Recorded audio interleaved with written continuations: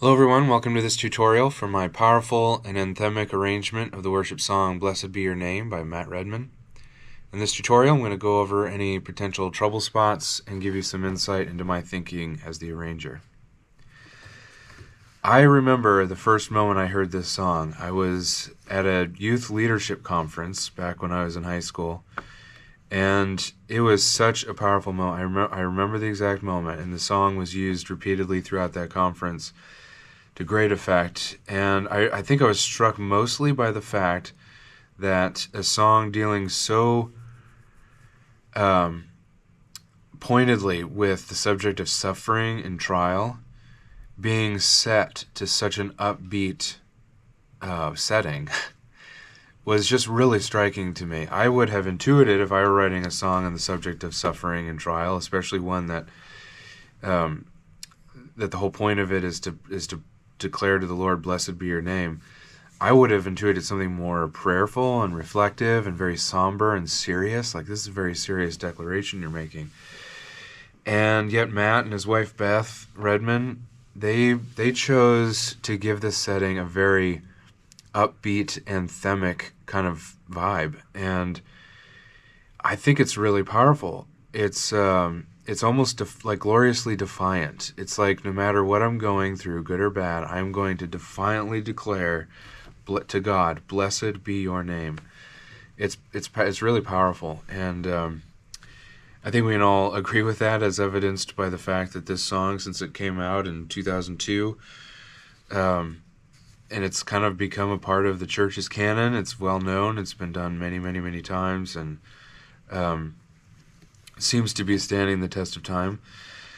Now, the thing that makes it so upbeat is actually the thing that is the most challenging about it, to play this arrangement of it. And so that's what I'm going to talk about.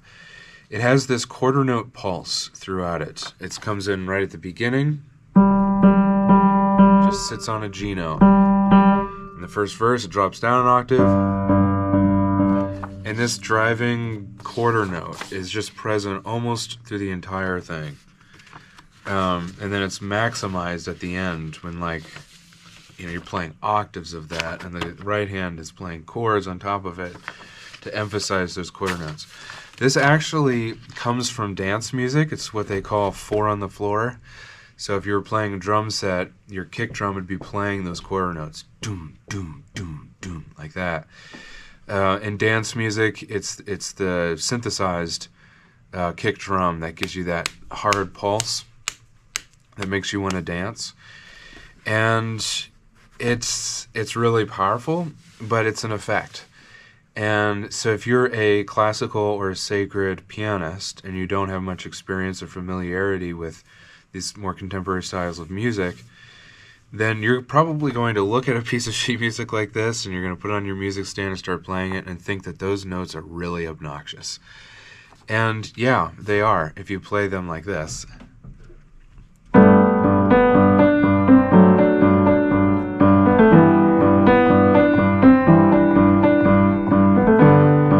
So you have to think about what the purpose of it is. You can't see the music just as it is on the page, where you just have black dots and a white piece of paper, and there's no differentiation between foreground and middle ground and background. You don't see different shades of all those different dynamics or complexities. You just see what's on the page, flat 2D. And so you have to take that and you have to think about, what is the background, what's the foreground, what's the middle ground. That pulse is very much background. It is setting a context. It's setting a mood, it's setting a vibe of rhythm, a pulse that's not meant to be in the front. It's meant to be in the back, and what's meant to be in the front is the melody. So let me play it how I normally do.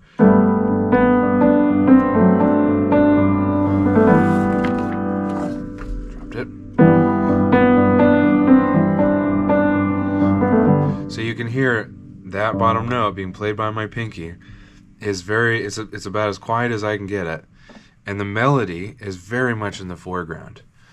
The quarter note pulse is staying steady, it's staying even. I might, if I choose, bring it in and out dynamically, But for the most part, it's just this, it's the canvas, and everything else is the paint on the canvas.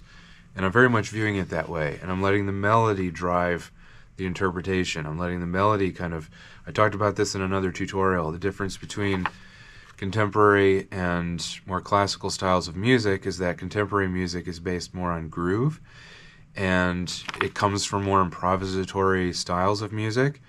And so typically in contemporary music you have something that's keeping things steady rhythmically. It's why we call the drums and the bass and the guitars the rhythm section of the band. They're usually pretty rock solid, locked into a metronome. But the vocals that sit on top of it are usually very syncopated and free form. They have the freedom to stretch rhythms and shrink rhythms and bring dynamics up and down and kind of do their own thing, which, you know, honestly can be a little frustrating for congregational singing, but it's just different. It's not any better, it's not any worse, it's just different. And when it comes to playing this kind of music, you got to think about it in you got to think about the genre you're playing. You can't approach it the same way that you would approach a classical piece of music or a traditional sacred piece of music. So you know, what helps me do this is I literally I'm kind of singing along in my head as I play. So if I were literally singing this out loud, I would give it some of that give and take. It would be interpreted in the moment. I might stretch, I might hold a note longer than its exact rhythms indicated, or vice versa, and then I try to put that into my fingers. So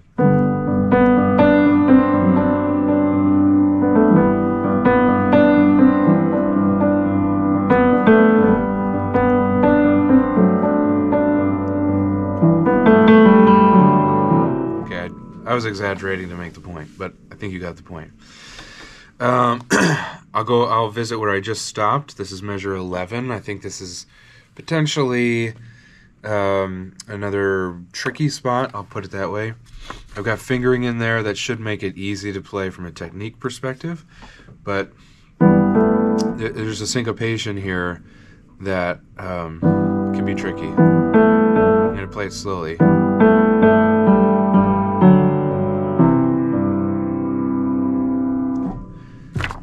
I talked about this trick in another video. If you're playing highly syncopated styles of music, it can be helpful to literally draw lines between the two staves where the strong beats are.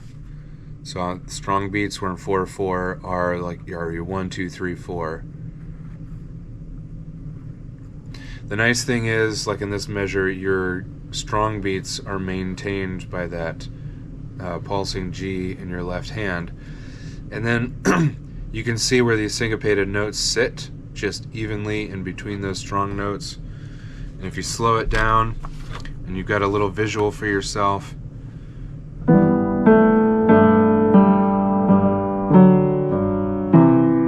can set your metronome for those half beats.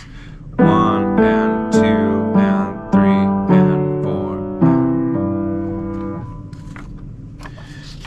It happens again. It happens again at the end of each phrase in the verses. But if you just slow it down, if it helps, it can be helpful to put those visuals in, use a metronome, and then just slowly, incrementally speed it up, and you should lock in pretty quickly. The same thing goes for the syncopation in the melody as well. Most of the melody sits in between those strong beats. This is your strong beat. Blessed be your name in the land that is plentiful. Another thing you can do, if it's helpful to get physical with it, do 1 and 2 and I'm right-handed, so I'm going to make my right hand the strong beat. The melody always lands on this one.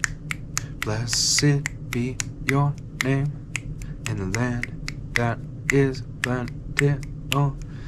You can get physical with it, then you can translate that to the keyboard. It'll slow it down.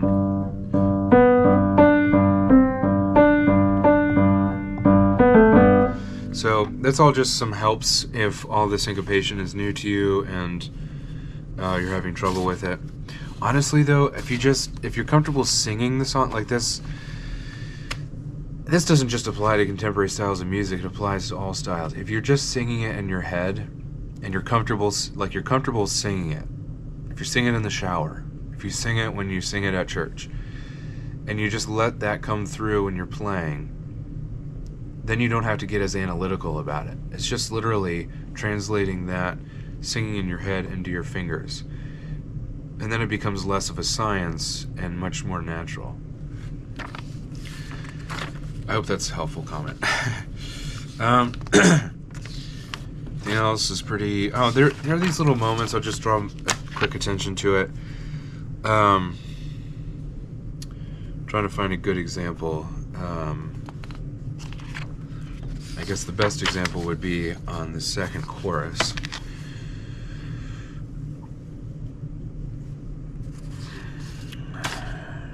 There it is. Okay. You have melody notes. Blessed be the name of the Lord, with filler notes. Dum dum. So I'm here at measure 62. Lead up into measure 62.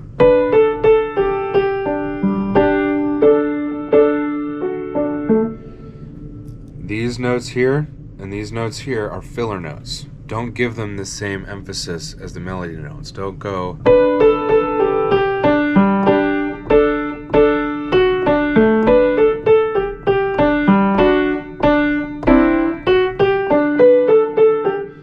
That's not their purpose. Their purpose is just to fill in the harmony, continue to give it energy as this song builds in dynamics, have something to play against the quarter note pulse in the left hand.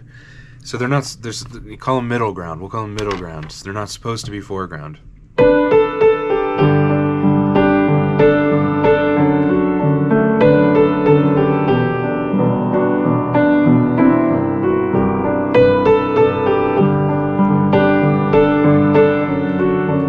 Like that.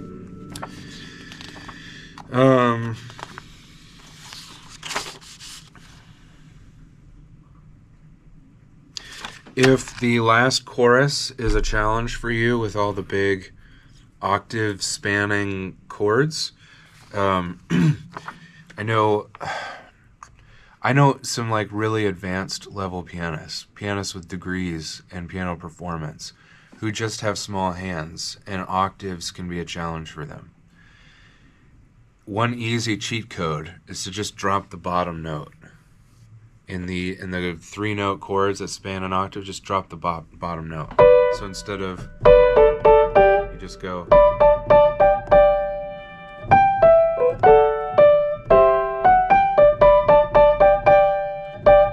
Like that. And if you're playing loudly and you've got, if you can pull out in the left hand, you could just drop the top note. If you're playing loudly and you got the pedal, the sustain pedal, helping to fill out the sound, I don't think you're going to lose much. All right. I hope that was helpful. I think that's about it. Thank you for watching. I really enjoyed arranging this song. It's got a lot of, I have a lot of history with this song, a lot of good history. I really do enjoy it. I love Matt Redman's work throughout his career. So I hope that you enjoy this song. I hope that you enjoy this arrangement. I hope that you enjoy working on it, and that those for whom you play it are blessed, in addition to the Lord being blessed. And I will see you in the next tutorial.